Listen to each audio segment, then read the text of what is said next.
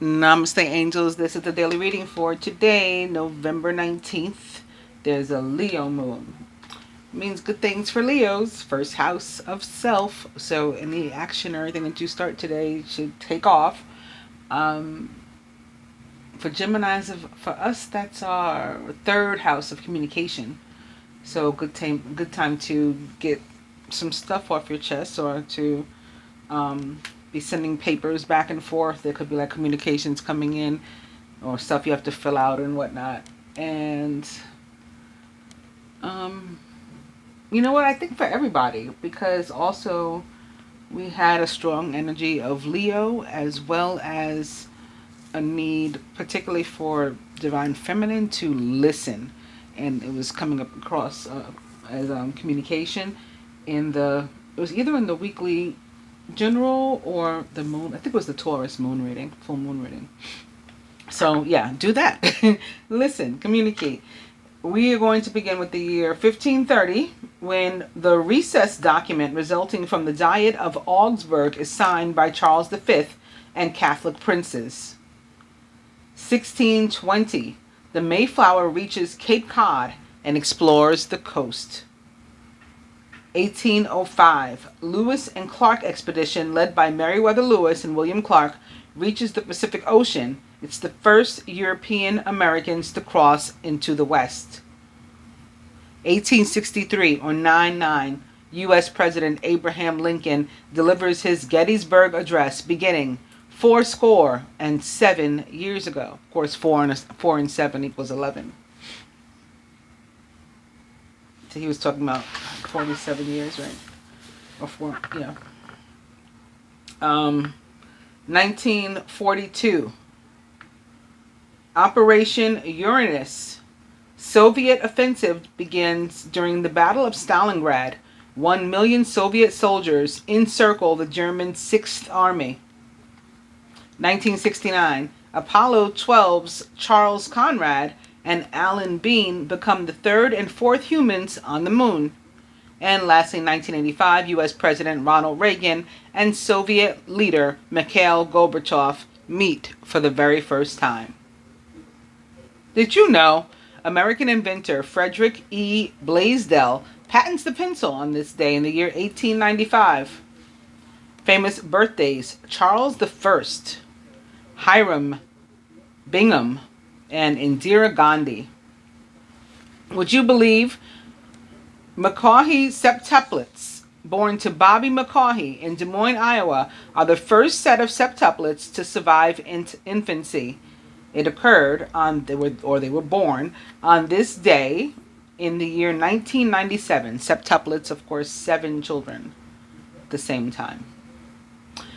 Famous weddings: 1834, U.S. President Franklin Pierce, 30, weds Jane Pierce, 28, in Amherst, New Hampshire.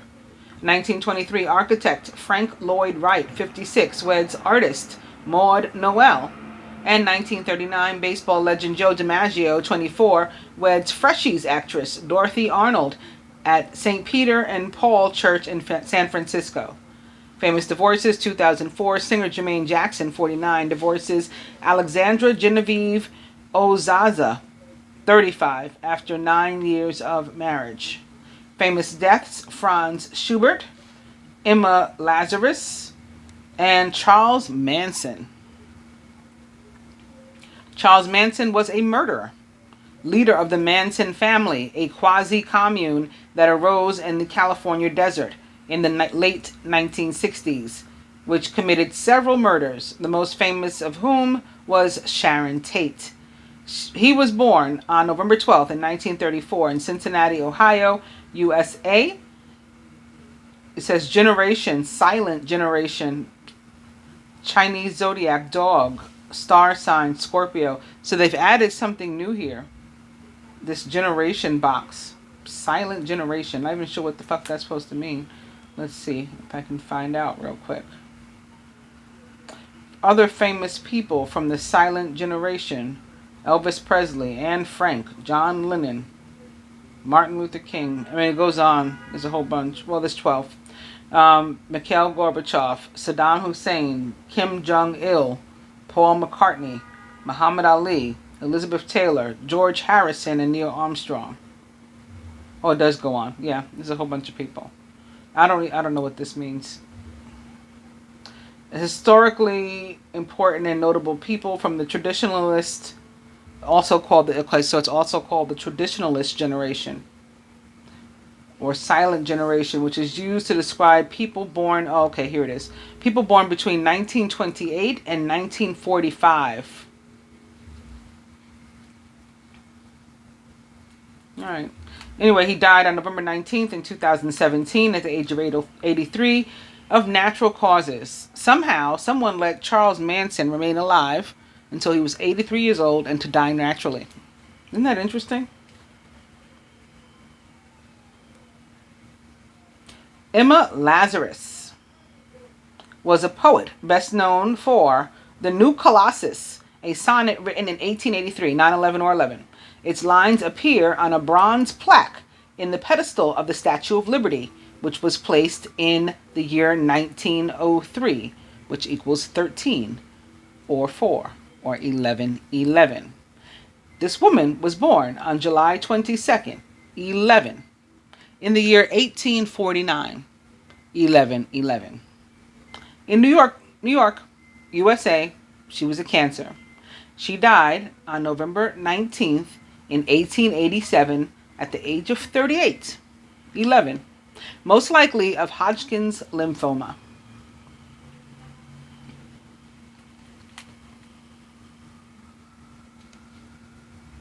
And Franz Schubert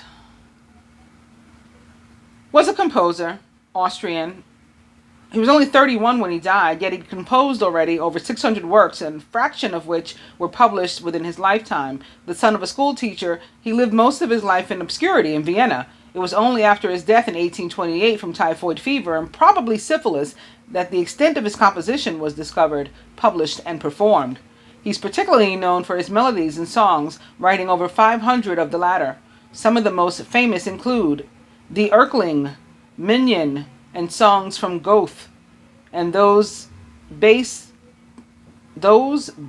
on Walter Scott, I think they mean on, Walter Scott's Lady in the Lake.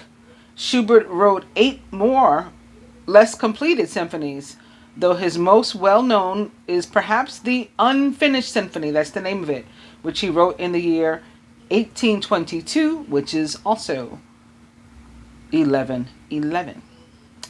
He was born on January 31st in 1797 in Vienna, Austria, and was an Aquarius. He died on November 19th in 1828 at the age of 31 of typhoid fever and syphilis. Going back up to the birthdays, Indira Gandhi was the 4th Prime Minister of India. She was a central figure in the Indian National Congress Party and became the 4th Prime Minister of India. She served as Prime Minister from 1966 to 77, and then again from 80 until her assassination in 84.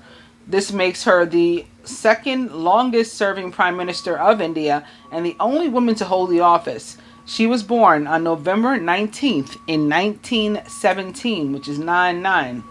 So 11/1999 in Allahabad, Uttar Pradesh, India.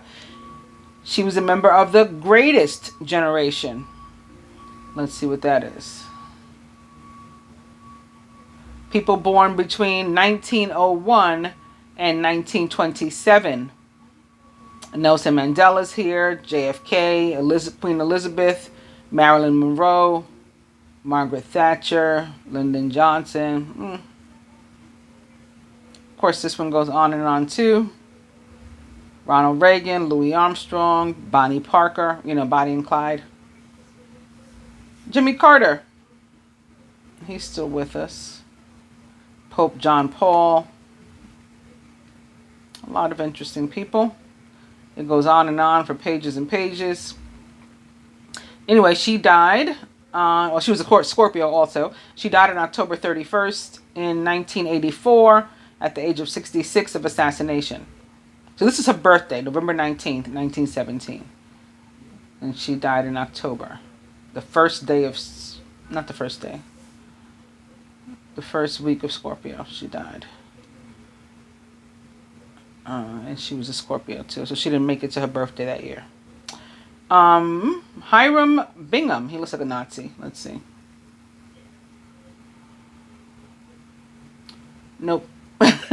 Hiram Bingham III was an archaeologist and explorer, most famous for discovering and bringing to the attention of the Western world the ancient Incan site of Machu Picchu, Peru. Oh yeah, I knew that. Duh. Anyway, he later became a U.S. Senator and the Governor of Connecticut.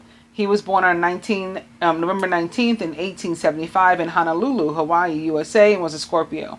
He died on June 6th, in the year 1956 at the age of 80. And lastly, Charles I. This guy was a bastard. He was fully named Charles Stuart. He was the King of England. He was British. He lost the English Civil War, executed in Whitehall, London, but wore an extra shirt because he did not want shivers due to the cold to be misinterpreted as fear. So he was put to death, and he didn't want people to think he was afraid of being put to death, so he wore two shirts so that he would not be shaking from the cold, and he could be stone-faced there while he got beheaded. Anyway, he was born on November 19th in the year 1600 in Dunfermline, Fife, Scotland, and was a Scorpio. He died on January 30th in 1649 at the age of 48 of decapitation. And he was the last for the day.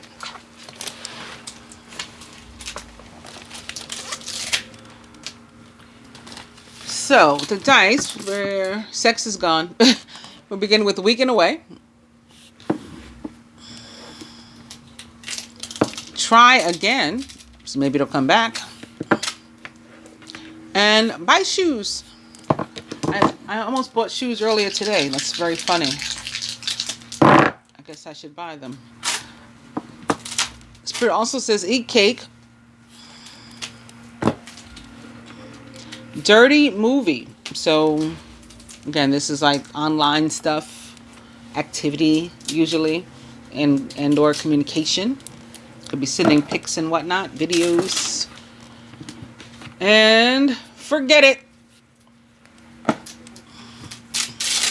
Maybe something that you were looking forward to that didn't happen, and so you felt disappointment. Rather than hold on to disappointment and, oh, woe is me, and nothing good ever happens for me, forget it. Your responsibilities may distract you from noticing the gifts that God is presenting to you. Be open to investigating opportunities that come your way. Oh, look, I left a pen here. Counting the masculine today. Major Arcana card 18, the Moon. It's important to trust your intuition even if you're unsure of what's happening. All will be revealed soon, so worry is unnecessary. Major Arcana card 18, the Moon, represents the sign of Pisces. Again, the actual moon, or Earth's actual moon, is in the sign of Leo today. So it's interesting that this cat is on here. Although it's not a lion, it's a lynx. It's still interesting to me. A cat and a butterfly. So it's like Leo and Scorpio stuff happening. Yeah, maybe your intuition will be telling you to communicate with somebody, to reach out or not. You know, like whether or not what you should do in that regard as it relates to communication. And again, the third house, which Leo rules. Surrounding the masculine, the Seven of Winter. Caution will help you to avoid the loss of valuables, including non-material resources such as time or peace of mind. Be aware of the results of your actions as well as what others might be doing behind your back. So we know this is about joy stealing. Maybe you're at a potential of stealing your own joy if you don't make a communication or allow a communication to be received by you, or take some other sort of action that your intuition is guiding you to take. You could rob yourself of your joy. Of course, the Seven of Winter can also be about others who wish to rob us of our joy in different ways, and sometimes even literally by taking things like physical, material belongings. If that's the case, they're likely to soon be returned, or that activity is soon to stop with the Ten of Spring here. You're working far too hard and the stress will soon become too much.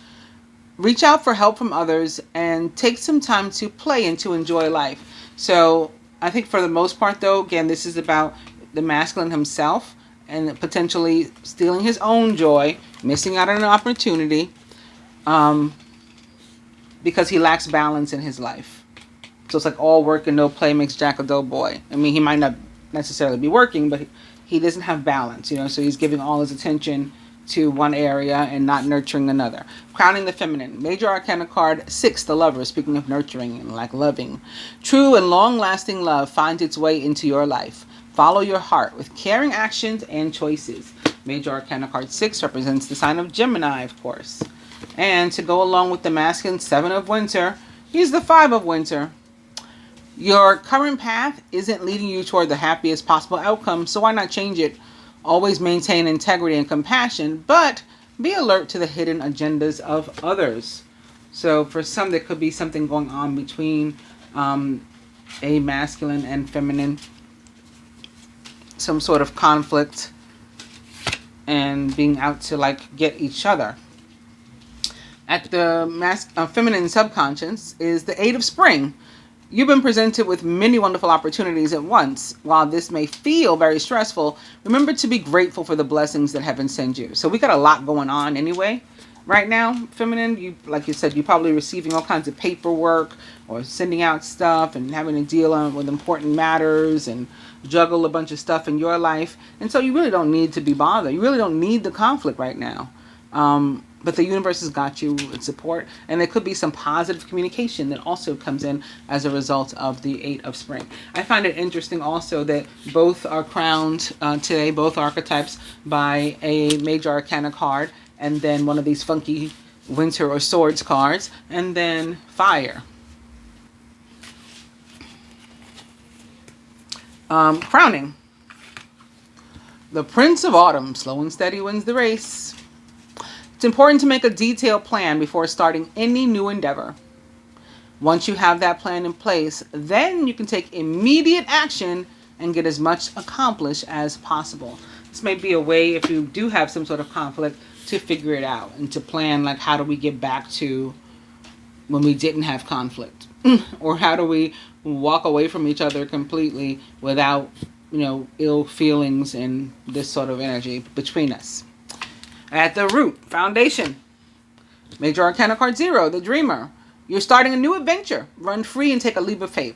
The Dreamer is the Fool in the traditional tarot. And again, it's all about a brand new path, brand new opportunity that you probably should plan out, especially if these people were in some sort of relationship before and they are trying again, like the die suggested, and forgetting the past, like the other dice suggested, forget it.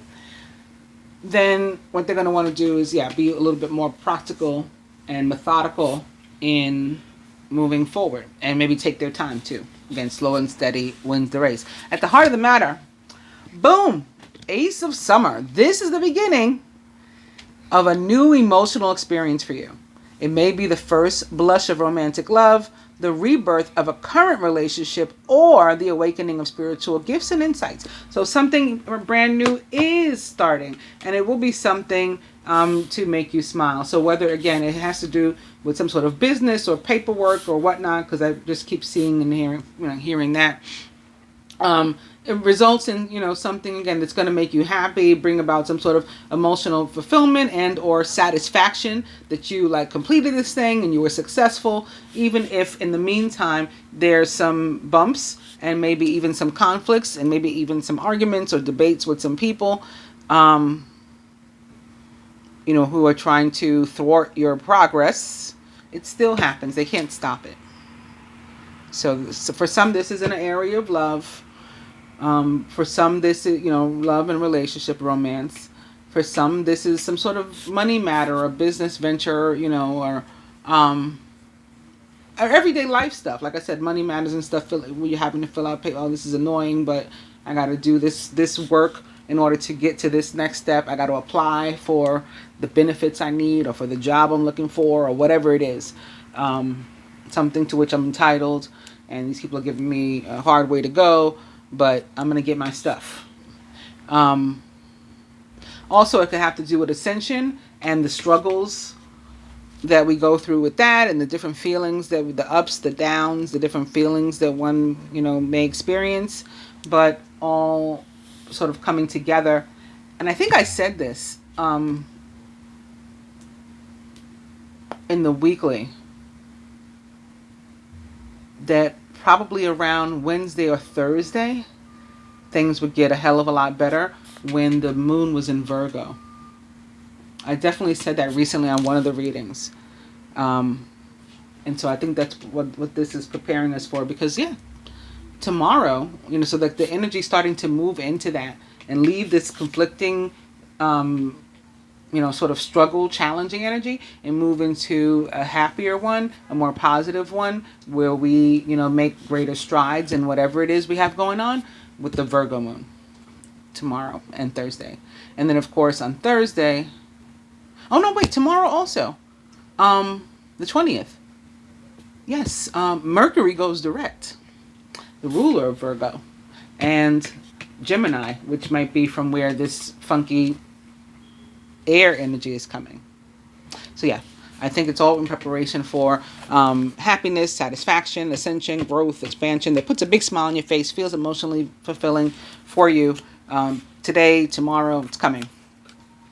If it involves some sort of decision on your part, masculine, that you have to make or not make, which in the beginning, I was feeling something about you having to decide whether or not you're going to make a communication or allow a communication to come into you, or take some sort of action, or sit it out and miss an opportunity potentially. That is your decision, balancing out your time, making time for different things. So once you make the decision, you're guided to stick to it. Be assertive, believe in yourself, and don't allow anyone to take away your personal power.